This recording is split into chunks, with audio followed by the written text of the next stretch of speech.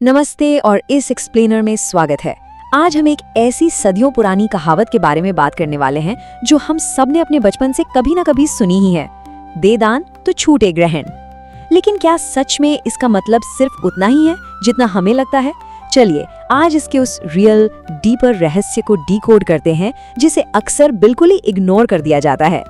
तो सबसे पहला सवाल यही उठता है कि लोग आखिर ग्रहण के दौरान दान क्यों करते हैं? ये सिर्फ एक रस्म है या इसके पीछे हिस्टोरिकल रिचुअल्स और आधुनिक आध्यात्मिक दर्शन का कोई बहुत बड़ा कनेक्शन छिपा हुआ है? चलिए इस बहुत ही इंटरेस्टिंग सवाल की गहराई में चलते हैं। भाग 1, ग्रहण, एक खगोलीय घटना और इसका शाब्दिक अर्थ। इस गहरे रूपक को समझने के लिए पहले थोड़ा स्पेस और लिटरल फिजिकल रियलिटी की बात कर लेते हैं जो सोर्स मटेरियल में बताई गई है। फिजिकल लेवल पर देखा जाए तो सूर्य या चंद्र ग्रहण आखिर है क्या? ये बस एक नेचुरल एस्ट्रोनॉमिकल इवेंट है जो तब होता है जब सूर्य, पृथ्वी और चंद्रमा बिल्कुल एक लाइन में आ जाते हैं। ये परफेक्ट अलाइनमेंट एक ऐसी परछाई बनाती है जो लाइट को टेम्पररी ब्लॉक कर देती है और दुनिया के कुछ हिस्सों में दिन में ही अचानक अंधेरा छा जाता है। अब अगर पुराने जमाने के बारे में सोचा जाए, जब मॉडर्न साइंस नहीं थी, तो इस अचानक छाए अंधेरे को देखकर लोग बिल्कुल डर जाते थे।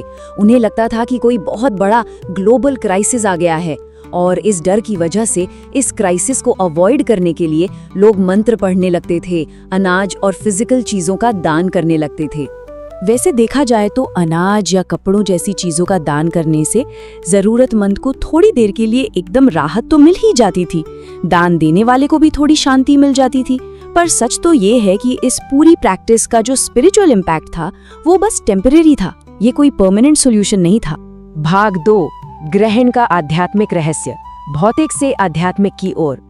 इस एक्सप्लेनर का सबसे बड़ा टर्निंग पॉइंट यही है जहां हम सिंपल एस्ट्रोनॉमी से आगे बढ़कर एक डीप स्पिरिचुअल फिलॉसफी को समझेंगे। और यहाँ सोर्स टेक्स्ट में मेटाफोर को बिल्कुल ब्रिलियंटली मैप किया गया है। एक तरफ फिजिकल ग्रहण है और दूसरी तरफ स्पिरिचुअल। सूर्य की तुलना की गई है ज्ञान के सागर यानी परमात्मा से।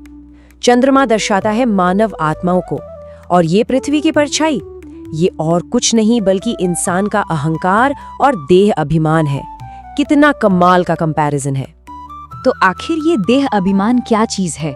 दरअसल खुद को एक अमर शांत आत्मा ना मानकर सिर्फ इस फिजिकल नश्वर शरीर से जोड़ लेना ही बॉडी कॉन्शियसनेस है। और ये बिल्कुल उस पृथ्वी की परछाई की तरह काम करता है जो डिवाइन लाइट को, उस ज्ञान के प्रकाश को हम तक पहुंचने ही नहीं देती। भाग 3, 5 विकारों का ग्रहण और समाज में फैला अंधकार। इस ईगो और अहंकार की परछाई की वजह से ह्यूमैनिटी के लिए एक बहुत ही अंधेरा दौर शुरू होता है। यहाँ सबसे क्रूशियल पॉइंट ये निकल कर आता है कि ये स्पिरिचुअल ग्रहण मूल रूप से इन 5 चीजों से लगता है: काम, क्रोध, लोभ, मोह और अहंकार। जब ये 5 विकार इंसान के माइंड को पूरी तरह टेक ओवर कर लेते हैं, वही हमारी आत्मा पर लगने वाला असल ग्रहण होता है। चलिए आगे देखते हैं कि ये और कैसे बिल्ड होता है।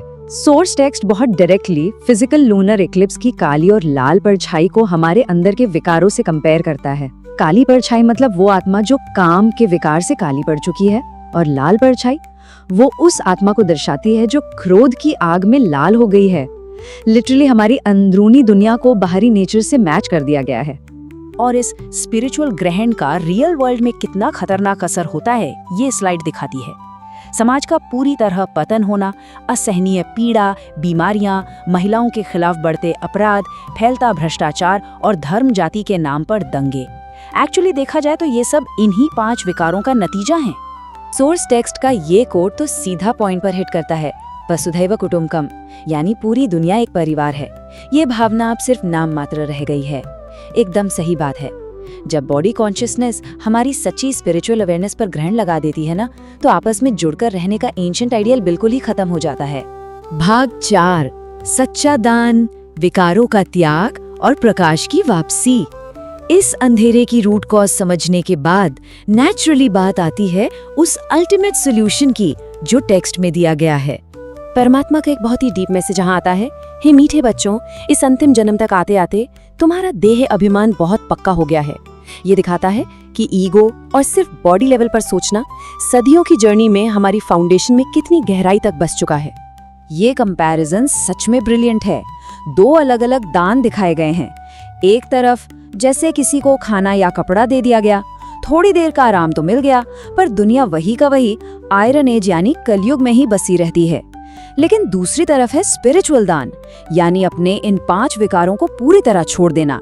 ये टेम्पररी राहत नहीं बल्कि परमानेंट शांति देता है और इस दुनिया को वापस से गोल्डन एज यानी सतयुग में ट्रांसफॉर्म कर देता है। अब सवाल ये उठता है कि ये सच्चा दान आखिर करें कैसे? टेक्स्ट इसके लिए राजयोगा का बड़ा ही क्लियर पाथ आउटलाइन करता है। पहला, खुद को सिर्फ हड्डी मांस का पुतला नहीं बल्कि लाइट का एक पॉइंट, एक प्योर आत्मा मानना। दूसरा, उस परमात्मा को याद करना। और तीसरा, अपनी फिजिकल सेंसेस का रूलर बनना, ताकि इन विकारों को हमेशा के लिए सरेंडर किया जा सके। तो इस पॉइंट का रियल क्रक्स यही है कि जब हम इन 5 विकारों को डीपली और सच्चे मन से दान कर देते हैं, तब वो अंदरूनी स्पिरिचुअल ग्रहण परमानेंटली खत्म हो जाता है। डिवाइन लाइट वापस लौट आती है, दुख मिट जाते हैं और इस दुनिया में फिर से सुप्रीम पीस एक नए प्योरिटी के युग में लौट आती है। इस एक्सप्लेनर को एंड करते हुए एक फाइनल सोच पर विचार करना बड़ा जरूरी है।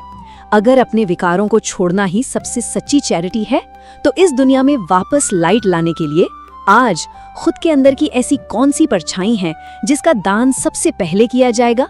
यही वो सवाल है जो हर किसी को अंदर तक सोचने पर मजबूर करता है।